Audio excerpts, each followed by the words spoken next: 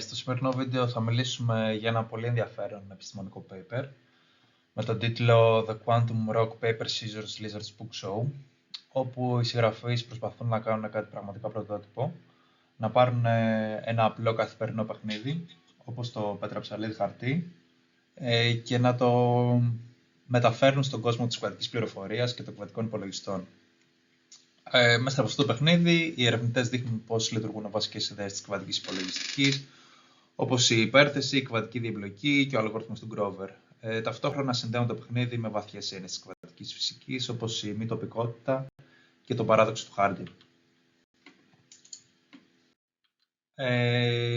Γιατί πέτρα ψαλίδι χαρτί? Όλοι το ξέρουμε το πέτρα ψαλίδι χαρτί, η πέτρα κερδίζει το ψαλίδι κερδίζει το χαρτί και το χαρτί κερδίζει την πέτρα.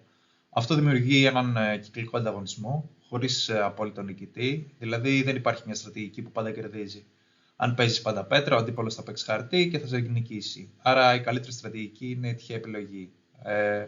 Ένα τρίτο πέτρα, ένα τρίτο χαρτί και ένα τρίτο ψαλίδι. Δηλαδή μια ισορροπία ανάς με μικτές στρατηγικές. Στο paper αναλύεται και μια άλλη έκδοση του παιχνιδιού, το Rock, Paper, Scissors, Lizard Spook, που έγινε γνωστή από την τηλεοπτική σειρά The Big Bang Theory. Οι κανόνες εδώ είναι πιο πλούσιοι. Η πέτρα κερδίζει το ψαλίδι και τη σαύρα, το χαρτί κερδίζει την πέτρα και το σποκ, το ψαλίδι κερδίζει το χαρτί και τη σαύρα, η σαύρα κερδίζει το χαρτί και το σποκ κερδίζει την πέτρα και το ψαλίδι. Τώρα έχουμε 5 επιλογές αντί για 3, άρα 10 διαφορετικά ζευγάρια μάχης. Αυτό κάνει το παιχνίδι πιο περίπλοκο, αλλά και πιο ενδιαφέρον για κουβαντική ανάλυση. Η βασική ιδέα παραμένει ίδια, ότι κανείς δεν έχει απόλυτο πλεονέκτημα και η καλύτερη στρατηγική είναι να διαλέξεις κάθε κίνηση με πιθανότητα 1/5. Οι στρατηγικές δεν παίζουν απλώς το παιχνίδι, αντίστοιχα χτίζουν ολόκληρο το παιχνίδι ως κουβαντικό αλγόριθμο μέσα σε ένα συγκεκριμένο κύκλωμα. Για το απλό πέτρα ψαλίδι χαρτί χρησιμοποιούν συνολικά 5 qubits, δηλαδή 2 qubits είναι η επιλογή της άλλης, του ανθρώπινου παίκτη, και 2 qubits είναι η επιλογή του Bob, δηλαδή του υπολογιστή. Ένα πέμπτο qubit λειτουργεί ως βοηθητικό, το λεγόμενο Ancilla, το οποίο δεν αντιστοιχεί σε κάποια κίνηση του παιχνιδιού, αλλά χρησιμοποιείται για να σημαδέψει κουβαντικά τις νικηφόρες καταστάσεις. Όπως βλέπουμε, το 0-0 είναι η πέτρα, το 0 είναι το χαρτί και το 1-0 είναι το ψαλίδι. Αυτή η αντιστοίχηση επιτρέπει στους κανόνες του παιχνιδιού να μετατραπούν σε λογικές πράξεις πάνω σε qubits. Το κύκλωμα ξεκινά από ένα στάδιο που οι συγγραφείς ονομάζουν encoder. Εκεί εφαρμόζονται πύλες Hadamard και στα 4 qubits των παιχτών, δημιουργώντας μια υπέρθεση όλων των πιθανών συνδυασμών κινήσεων ταυτόχρονα. Αυτό σημαίνει ότι το σύστημα δεν βρίσκεται σε μια συγκεκριμένη παρτίδα, αλλά σε ένα ταυτόχρονο συνδυασμό των 9 πιθανών ζευγαριών κινήσεων του παιχνιδιού. Στη συνέχεια έρχεται το πιο κρίσιμο κομμάτι, ο κουβαντικός Oracle, που είναι ένα συγκεκριμένο κύκλωμα με πολυελεγχόμενες πύλες NOT, γνωστές ως MCX, και ο Oracle είναι σχεδιασμένος έτσι ώστε να ενεργοποιεί το Ancilla bit μόνο όταν τα 4 qubits των παικτών βρίσκονται σε μία από τις 3 νικηφόρες καταστάσεις για την άλλη. Για παράδειγμα, αν η άλλη παίξει πέτρα και ο Bob παίξει ψαλίδι, το σύστημα βρίσκεται στην κατάσταση 0-0-1-0 και τότε ο Oracle γυρίζει το Ancilla από 0 σε 1, μαρκάροντας αυτή τη λύση ως επιθυμητή. Παρόμοια μαρκάρονται και άλλες δύο νίκες της άλλης. Χαρτί εναντίον πέτρας και ψαλίδι εναντίον χαρτιού. Όλες αυτές οι περιπτώσεις εντοπίζονται με συγκεκριμένες συνδέσεις ελέγχου στα qubits, όπως φαίνεται στα κυκλώματα του paper. Αφού ο Oracle έχει μαρκάρει τις καταστάσεις, το κύκλωμα περνά στο στάδιο του diffuser, δηλαδή της αντιστροφής γύρω από το μέσο όρο, που είναι το κεντρικό δείγμα του αλγορίθμου του Grover. Ο diffuser χρησιμοποιεί ξανά πύλες Hadamard και πολυελεγχόμενες πύλες για να ενισχύσει την πιθανότητα των αμαρκαρισμένων καταστάσεων και να μειώσει την πιθανότητα όλων των άλλων. Το εντυπωσιακό είναι ότι για αυτό το συγκεκριμένο πρόβλημα αρκεί μόνο μία επανάληψη του αλγορίθμου του Grover. Αντί να, όπως θα γινόταν με κλασικούς υπολογιστές, αντί να ελεγχθούν κλασικά κάθε πιθανό ζευγάρι 1-1, ο κουβαντικός αλγόριθμος συγκεντρώνει την πιθανότητα στις 3 νικηφόρες καταστάσεις μέσα σε ένα μόνο βήμα. Στο τέλος της διαδικασίας, όταν μετρούν τα 4 qubits των παικτών, το κουβαντικό σύστημα καταρρέει σε μια συγκεκριμένη υπολογιστική κατάσταση, στο ιδανικό χωρίς θόρυβο σενάριο, και το αποτέλεσμα σχεδόν πάντα αντιστοιχεί σε μία από τις τρεις νικηφόρες καταστάσεις για την άλλη. 0-0-1-0, 0-1-0-0 και 1-0-0-1. Αυτό φαίνεται στο ραβδόγραμμα του paper, όπου οι τρεις μπάρες κυριαρχούν. Αυτό δείχνει ότι το παιχνίδι δεν λύνεται με εξτελετική αναζήτηση όλων των πιθανών ζευγαριών κινήσεων, αντίθετα λύνεται καθαρά με εκβατική επεξεργασία, όπου η υπέρθεση μας επιτρέπει την ταυτόχρονη εξέταση όλων των περιπτώσεων. Παράλληλα, το ίδιο γράφουμε υπονοεί και κάτι σημαντικό, ότι οι καταστάσεις όπως 1-1-1-1 ή 0-1-0-1, που είναι φυσικά δυνατές στο κύκλωμα λόγω των πυλών Hadamard, πρακτικά δεν εμφανίζονται στο τελικό αποτέλεσμα επειδή δεν ικανοποιούν τον Oracle του παιχνιδιού.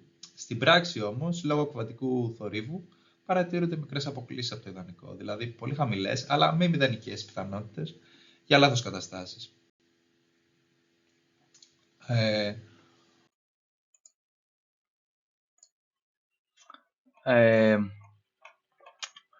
Όταν οι συγγραφείς επεκτείνουν το κβαντικό παιχνίδι από πέτρο ψαλίδι χαρτί σε πέτρα ψαλίδι χαρτί Lizard Spock, ο κβαντικός χώρος καταστάσεων μεγαλώνει σημαντικά. Για να κωδικοποιήσουν 5 επιλογές ανά παίκτη χρειάζονται πλέον 3 qubits για την Alice, 3 qubits για τον Bob, δηλαδή 6 συνολικά qubits για τις κινήσεις του παιχνιδιού. Συν ένα επιπλέον Ancilla bit για τον Oracle. Έτσι το κύκλωμα λειτουργεί σε 7 qubits αντί για 5. Αυτό σημαίνει ότι ο συνολικός χώρος καταστάσεων αυξάνεται από 16 πιθανές διαμορφώσεις σε 64. Με κλασικούς όρους αυτό θα απαιτούσε πολύ περισσότερους ελέγχους για να βρεθούν νικηφόρες περιπτώσεις, αφού τώρα υπάρχουν 10 διαφορετικά ζευγάρια νίκης αντί για 3. Αλλά παρά την αύξηση της πολυπλοκότητας, ο Grover παραμένει εξαιρετικά αποδοτικός. Το βάθος του Oracle αυξάνεται από 7 σε 21, επειδή απαιτούνται περισσότερες πολυελεγχόμενες πύλες SYNOD για να κωδικοποιηθούν οι 10 κανόνες νίκης και αντίστοιχα το συνολικό βάθος του κυκλώματος αυξάνεται από 12 σε 25. Παρ' όλα αυτά χρειάζεται ακόμα μόνο μία επανάληψη του Grover για να ενισχυθούν οι νικηφόρες καταστάσεις. Αυτό το αποτέλεσμα είναι σημαντικό γιατί δείχνει ότι το κβαντικό πλεονέκτημα δεν χάνεται όταν μεγαλώνει το πρόβλημα. Αν και το κύκλωμα γίνεται βαθύτερο και πιο απαιτητικό σε πύλες, ο αριθμός των επαναλήψεων του Grover παραμένει σταθερός και κλιμακώνεται με τη ρίζα του χώρου καταστάσεων και όχι γραμμικά.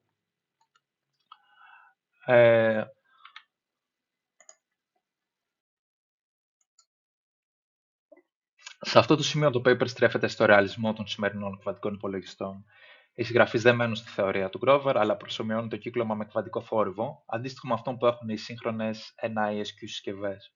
Στο ιδανικό χωρίς θόρυβο σενάριο, οι τρεις νικηφόρες καταστάσεις εμφανίζονται με πιθανότητα περίπου 31% η καθεμία, ενώ οι άλλες καταστάσεις έχουν σχεδόν μηδενική πιθανότητα. Αυτό δείχνει καθαρά τη λειτουργία του Grover. Η πιθανότητα συγκεντρώνεται μόνο στις σωστές λύσεις.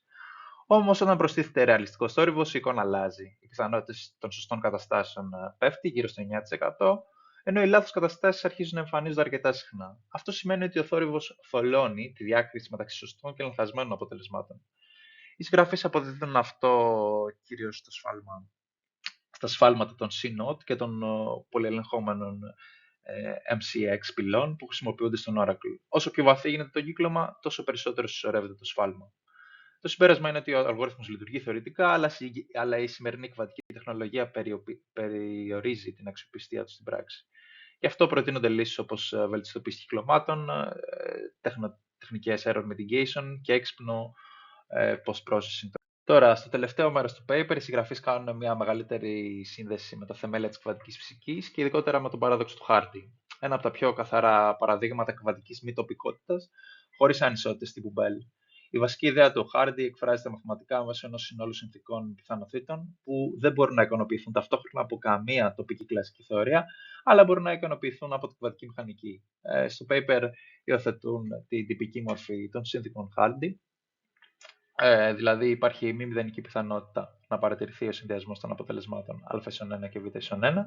Ταυτόχρονα όμως επιβάλλουν τρεις απαγορευμένες κλασικές περιπτώσεις.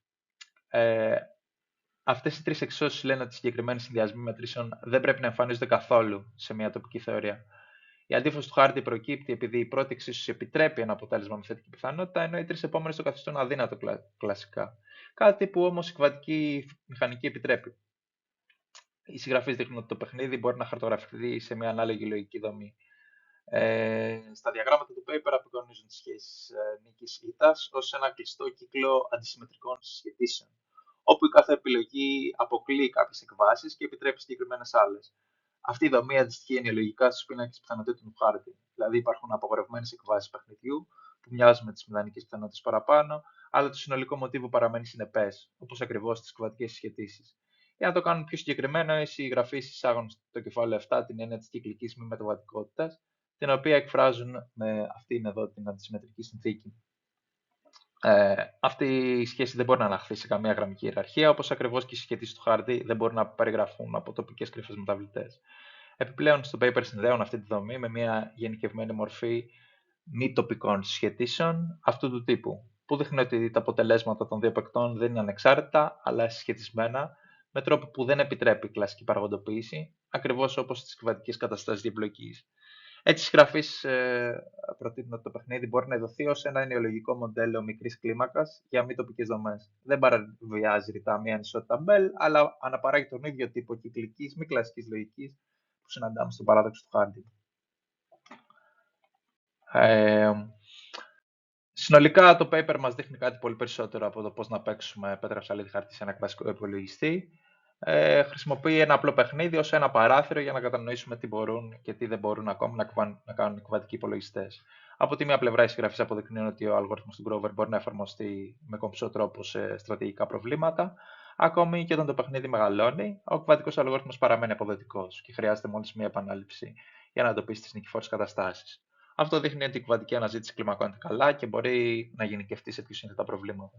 Από την άλλη, το paper είναι ειλικρινές για τα όρια της σημερινής τεχνολογίας. Όταν εισάγεται ρεαλιστικός θόρυβος, ένα ASQ, οι πιθανότητες των σωστών καταστάσεων πέφτουν δραματικά και τα αποτελέσματα γίνονται πιο αβέβαια. Αυτό δεν ακυρώνει τον αλγόριθμο, δείχνει απλώς ότι το hardware δεν είναι ακόμη αρκετά αξιόπιστο για βαθιά κβαντικά κυκλώματα χωρίς τεχνικές μετριασμού σφαλμάτων.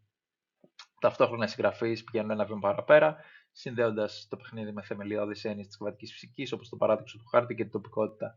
Έτσι, το παιχνίδι λειτουργεί όχι μόνο ως παράδειγμα κβαντικού αλγορίθμου, αλλά και ως ένα ενοιολογικό μοντέλο για το πώς οι κβαντικές συσχετήσεις αψηφούν την κλασική γραμμική λογική αιτίου αποτελέσματος. Τελικά, το paper μας αφήνει με ένα ξεκάθαρο μήνυμα. Οι κβαντικοί υπολογιστές έχουν πραγματικά θεωρητικό δυναμικό, αλλά βρισκόμαστε ακόμη σε μεταβατική περίοδο.